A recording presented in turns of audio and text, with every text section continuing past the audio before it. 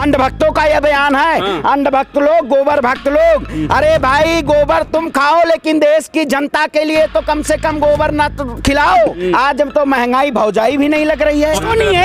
सुनिए सुनिए, पहन के भगवा के नाम पे बजरंग मुनि, साक्षी, रीति रितंबरा जो कह रही है 4 बच्चे पैदा करो, 2 RSS को दो और 2 बजरंग दल को अपने पास क्या रखो, अपने उनके बच्चे हैं। ये नागपुर की अफीम आपको धीरे धीरे बर्बाद कर रही है। हिंदू खतरे में है, न मुसलमान खतरे में है, लेकिन भारतीय जनता पार्टी की ये सरकार खतरे में है। करते हैं युवाओं की आपने बात की, तो साक्षी महाराज तो कह रहे हैं कि युवाओं का हाथ में तलवार ले लीजिए, तलवार लीजिए, तीर कमान लीजिए।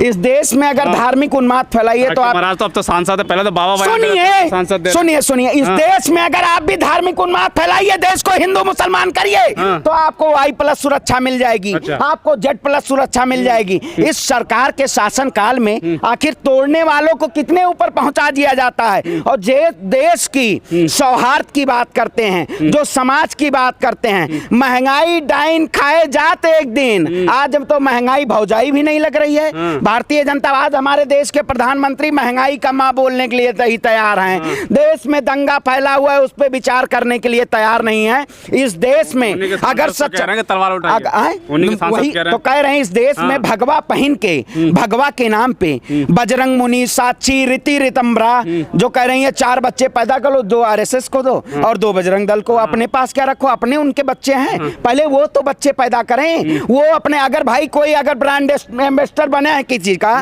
तो ब्रांड एम्बेसडर बनता है, पहले वो खुद ही दान देता है ना। तो पहले रीति रितंबरा दी, 4 बच्चे पैदा करें और 2 बच्चे RSS को दो, 2 बच्चे बजरंग दल को दीजिए। उसके बाद देश की जनता देने के लिए तैयार होगी ना।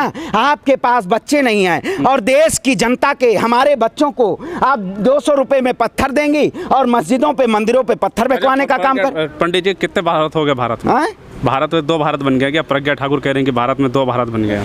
कह रहे हैं एक नागपुर की अफीम है जो नशा धीरे धीरे, आप अगर किसी भी चीज का नशा करेंगे तो वो धीरे धीरे आपको बर्बाद करता है। उसी तरीका से ये नागपुर की अफीम आपको धीरे धीरे बर्बाद कर रही है। आने वाले समय में जिस तरह से जर्मन तानाशाह, बहुत बड़ा तानाशाह और जर्मन बर्बाद हो चुका था, उसी तरीका से आने वाला समय भारत का भी होगा, क्योंकि लंका में भी डंगा बज चुका है। बहुत लोग कह रहे थे कि लंका में मैं वोट तो राजपक्षे तो दूंगा चाहे भूखा रह जाऊं, तो यहाँ भी कुछ अंधभक्तों का आज बहुत बड़ा बयान आया है कि मैं जब तक इस सरकार से सवाल नहीं पूछूंगा, जब तक हमारा धर्म खतरे से बाहर नहीं आ जाता है। अंधभक्तों का यह बयान है। अंधभक्त लोग, गोबर भक्त लोग, अरे भाई गोबर तुम खाओ लेकिन देश की जनता के लिए तो कम से कम गोबर ना तो खिलाओ। ये सरकार देश की जनता को गोबर खिलाने का काम कर रही है। आज चावल दाल महंगा, आटा डाटा सब महंगा, किताब महंगी, और ये क्या पढ़ा रहे हैं? गर्व का वो पढ़ा रहे हैं कि आप गर्व करते रहिए।